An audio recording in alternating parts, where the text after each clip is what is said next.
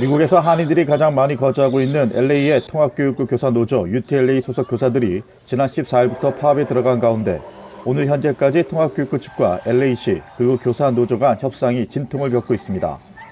파업이 5일째 이어지고 있는 가운데 오늘 오전 LA 다운타운 시청 앞 공원에서는 수천 명의 교사, 학생, 학부모들이 집결해 LA 통합교육부 측의 전향적인 입장을 촉구했습니다.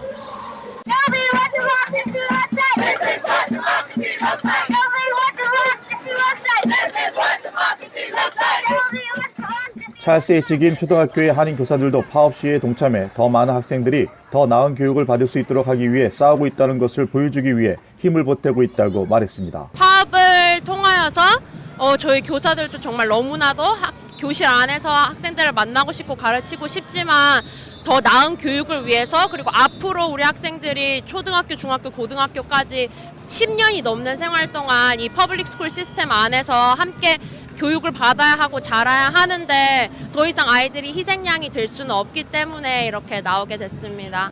또한 현재 통합교육부 측의 교사 노조가 요구하고 있는 내용 중 가장 중요한 것 중에 하나는 학급 규모 축소인데 이 부분에 있어 협상이 진전을 이루지 못하고 있다고 강조했습니다. 지금 초등학교에서는 교육부에서는 39명 그리고 중고등학교에는 40명에서 50명이 되는 학생을 한 반에 넣는다고 하고 있어요. 그래서 그게 현실적으로 말이 안 되고 더 나은 교육을 위해서는 그 규모가 축소되어야 하고 이 밖에도 도서관 사서, 풀타임 간호사, 그리고 더 많은 카운셀러와 심리 상담사 등 교직원들의 지원이 요구되고 있다고 설명했습니다. 앞으로 이제 새로 들어오는 교사님들에게 헬스 베네핏을 주지 않겠다, 헬스 베네핏을 컷하겠다. 특히 저희 한인 학생들이나 그 많은 이중 언어 프로그램에 있는 학생들 또한 그 프로그램에 대한 예산을 줄이겠다 이렇게 나오고 있어서 특히 교사들의 임금 인상에 대한 이슈에 대해서도 이 부분만 원했다면 타협이 이뤄졌을 것이라며 학생들의 미래, 공교육의 개선을 위해 투쟁하고 있다는 점을 이해해 주기를 희망했습니다. 파업의 여파로 60만 명에 가까운 학생들이 영향을 받고 있으며 오늘도 이 가운데 8만 4천 명 정도만이 출석했고 이로 인한 재정 손실은 9,700만 달러에 달하는 것으로 알려졌습니다. 한편 에릭 가세트 LA 시장을 비롯해 LA 통합교육부, LA 교사 노조들은 이날까지도 협상 타결을 위한 테이블에 앉아 타협점 도출을 위한 논의를 벌여나가고 있습니다. LA시 의회가 1월 13일 미주 한인의 날을 기념하기 위한 선포식 행사를 오늘 오전 LA 시청에서 가졌습니다. 1903년 이민 1세들이 미국 하와이 땅을 밟던 날을 기념하는 날로 코리안 아메리칸에게 있어 미국에서의 그들의 역사를 조명하는 뜻깊은 날이기도 합니다. 데빌류 LA시 의원은 한국인으로서의 역사의식을 지키는 것도 중요하지만 코리안 아메리칸의 역사를 기념하고 함께 LA시의 타 커뮤니티와 공유하는 것도 의미가 있다고 말했습니다. LA 시민들이 whether they're 백인, 흑인, 유태인, 라티노 우리 보면서 이 culture 보면서 this is Korean American culture.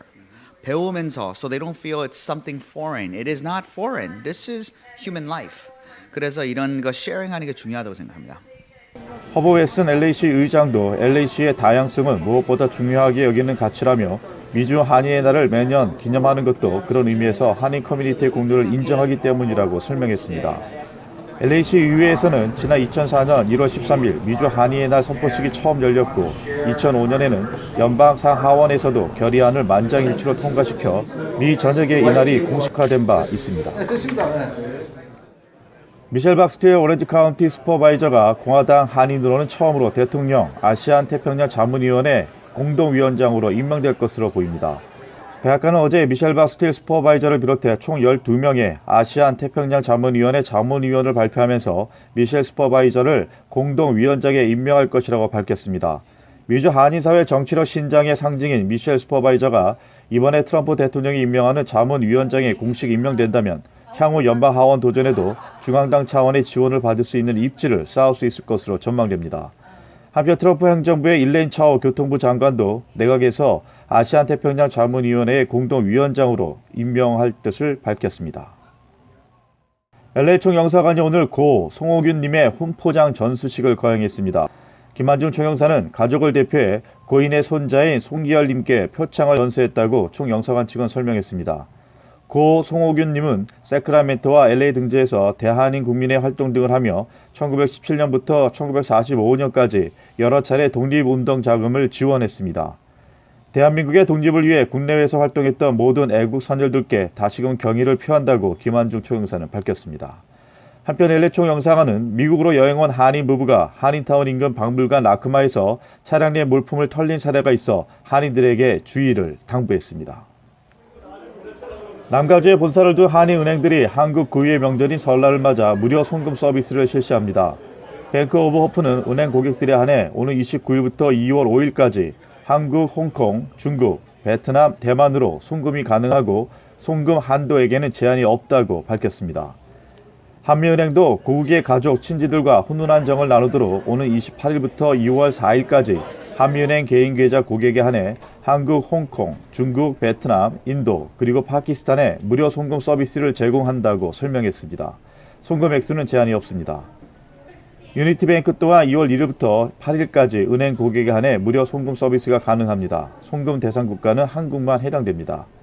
CBB뱅크도 무료 송금 서비스를 실시하는데 CBB뱅크 계좌 고객에 한해 오는 30일부터 2월 5일까지 진행됩니다. 송금 대상 국가는 한국만 해당되며 송금액은 제한이 없습니다. 도널드 트럼프 대통령과 김정은 북한 국무위원장의 2차 정상회담이 2월 말쯤으로 열릴 것으로 보입니다. 세라 샌더스 백악관 대변인은 오늘 기자들에게 보낸 이메일에서 트럼프 대통령이 백악관에서 김영철 북한 노동당 부위원장의 예방을 받았다며 이같이 밝혔습니다. 2차 정상회담의 날짜를 구체적으로 확정하지는 않았지만 개최 시기를 좀 더 구체한 것으로 해석됩니다. 트럼프 대통령 등 미국 행정부는 그동안 새해 그리 멀지 않은 시점에 2차 정상회담이 열리기를 기대한다고 밝혀왔습니다. 백악관은 아울러 회담의 구체적인 장소에 대해서는 추후 발표할 것이라며 트럼프 대통령은 김정은 위원장과의 면담을 고대하고 있다고 덧붙였습니다. 회담 개최 장소로는 김정은 위원장의 비행 이동 거리와 상징성 등을 감안할 때 베트남이 유력할 것이라는 관측입니다. 안토니우 구테우스 유엔 사무총장은 북미 협상과 관련해 미국과 북한 간 협상이 다시 진지하게 시작되는 것을 확실히 하기 위한 적기라고 믿는다고 밝혔습니다. 구테우스 사무총장은 오늘 뉴욕 유엔 본부에서 진행된 기자회견에서 이같이 밝혔습니다. 이어 구테우스 사무총장은 한반도 비핵화를 위해 로드맵이 명확히 정의되어 있다는 것을 확실히 할 적기라고 믿는다면서 한반도 비핵화를 다시 한번 강조했습니다.